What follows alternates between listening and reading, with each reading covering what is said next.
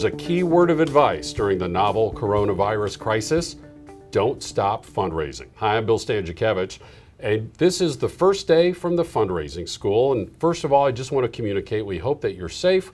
We hope you're staying healthy, and we know that times are tough for everybody. Continue that social distancing the best you can. If you need to be with other people, especially as you continue to provide your important services through your nonprofit, do your best with physical distancing as we follow the expert advice from health officials. Today we have expert advice on fundraising. The Henry Rosso Fellow of Philanthropic Fundraising is my colleague, Dr. Tim Seiler. And Tim, throughout your career, you have seen the ups and downs of fundraising, whether it be a national emergency, a national crisis, a world event, an economic downturn, a natural disaster, and you have always been a voice of reason, a steady voice of wisdom for us. Now we have the novel coronavirus. What advice do you have for fundraisers in this environment? Well, first of all, Bill, let me say ditto to what you said to all of people who might be listening right now, and that is, I hope everybody's well and doing what they can to stay well and stay as active as possible under these conditions. And related then to fundraising over the years, as you said, I've seen a lot of good things and I've seen a lot of not so good things. Number one, I would say, remember whom you serve.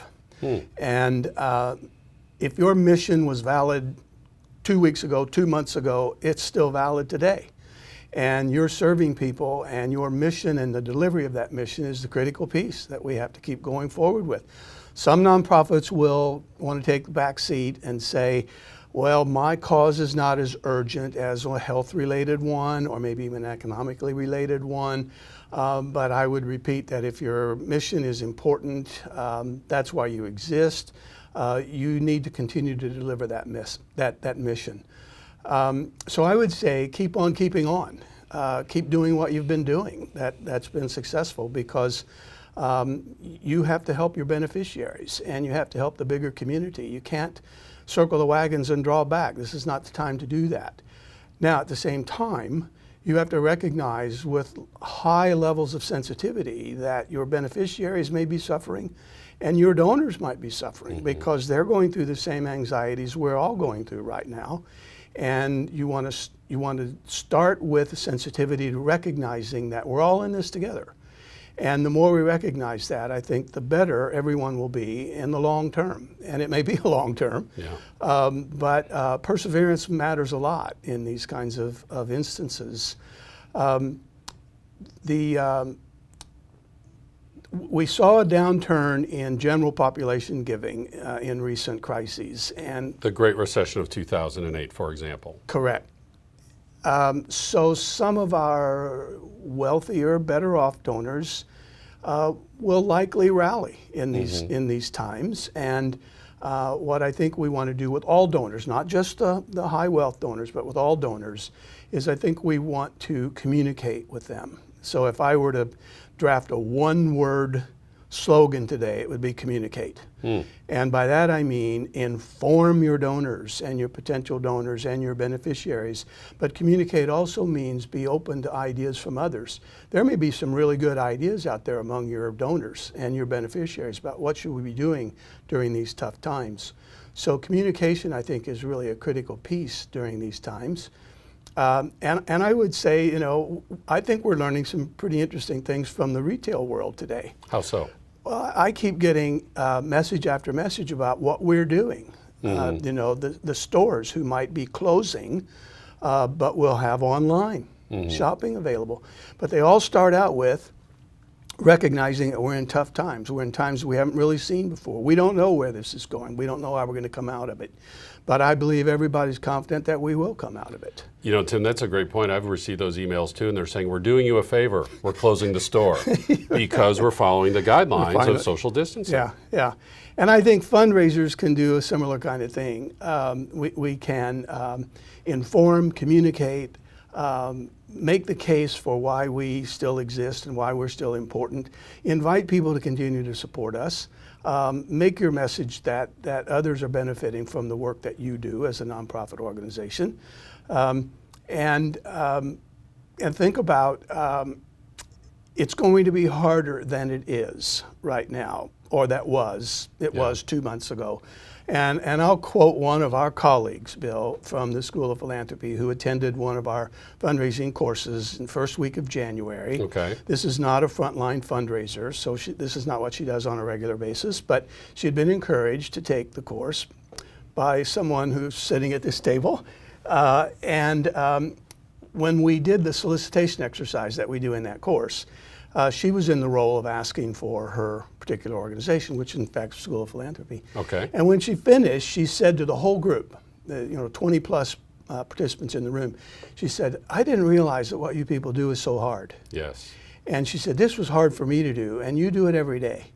And so I encouraged her to go back and talk to her other colleagues at the School of Philanthropy who are not frontline fundraisers. I said, please deliver that message, to let everybody know that what we do is hard. It is hard. And then I would quote one of my favorite lines from a movie, A League of Their Own, Yes. where Coach Jimmy Dugan, his star, wants to quit because she says it's just got too hard. Yeah. And he says, well, it's supposed to be hard. If it wasn't hard, everybody would do it. The hard is what makes it great. Yes. And I think that applies to where we are right now in this philanthropic fundraising world. It's hard. But what we do is great because it's hard, and we do it because it's hard, and we do it because of the results that we can accomplish. So again, my advice, communicate, be sensitive, understand that we're all pretty much in the same boat.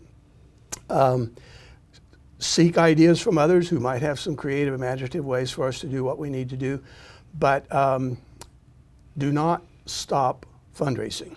Tim, thank you for that wisdom. Thank you for that reassurance. Thank you for that encouragement. I'd like to amplify a little bit on communicate, at least in two avenues. One is, and as you were saying there, don't stop asking. Help us unpack that for us, please. Well, we have a number of ways we can ask. And one of the preferred ones, of course, in major gift and planned giving fundraising is that you're face-to-face. We're discouraged from doing that right now, which I think is a prudent thing. Right. But in this environment, I think we can still have those conversations with people over the phone. We can even do Zoom meetings. Right. We can do other kinds of virtual get-togethers. Even fundraising strategies like special events.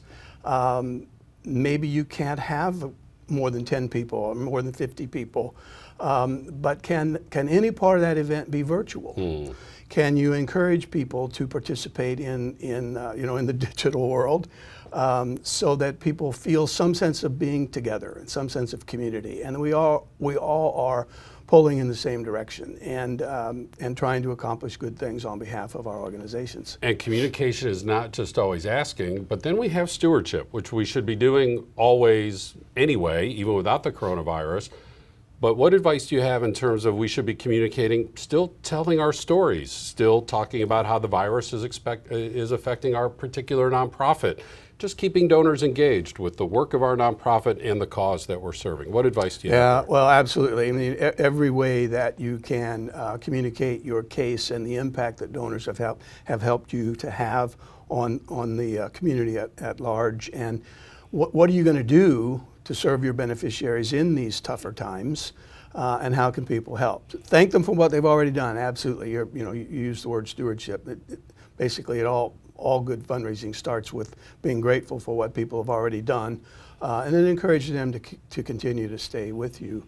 So when we talk about fundraising, as you kind of alluded to there, the actual asking for money or asking for a gift, asking for support is only one piece of a multi-step process.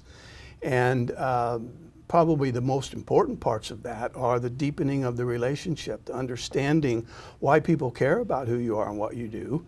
And when those values match your organization's values, you have a chance to deepen that relationship and earn the right to ask people to continue to support you. And Tim, in terms of the urgency of the moment, we do know from history, fewer households are likely to give. The households that do give are likely to give less at the moment. But people still do give during times of crises, and especially those donors that we know best, who are closest to us, might actually be open to special requests right now, correct? I think that's exactly right. I think the people who are, what people look for in this environment, I think they look for hope and they look for stability. And I think that's one of the things or two of the things, I guess, about philanthropy. Philanthropy is about hope, that things will be better tomorrow than they are today, and that we can make them better. And if we're stable organizations and we keep towing the line, we keep on keeping on, that's a form of stability. And I think people who are in this world, in philanthropic world, and I suspect probably those who are in philanthropic fundraising, I think they tend to be optimistic. And I think that we need large doses of that today. We need hope, we need stability, we need optimism. But we also need to recognize that we're going to have to persevere through some even tougher times than we've seen before. Tim, thank you for giving us hope today. Thank you for giving us encouragement while not sugarcoating, the challenges that we face today. And I would encourage you, our podcasts are archived on our website. They're all valuable, they're all timeless. Keep this one close, even when the novel coronavirus crisis has subsided, and eventually this will subside. This is not the first health issue in world history. They've gone back through the millennial. This one will be overcome as well. When you're having a challenging day fundraising, listen to this podcast again and continue to draw that hope and encouragement. Tim, thank you so much. Dr. Tim Seiler is the Henry Rosso Fellow on Philanthropic Fundraising at the Lilly Family School of Philanthropy, which also includes the Fundraising School, which you can find online at philanthropy.iupui.edu/the Fundraising School. We're still open for business. We have these podcasts, we have webinars, we have online courses, and we actually have free weekly webinars that are highly interactive.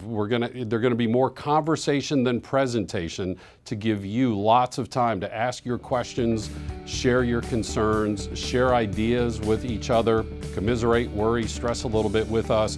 As Tim said, we're all in this together. With Dr. Tim Seiler, I'm Bill Stanczykiewicz, and now you are now more fully informed and hopefully a bit more hopeful on this first day from the Fundraising School.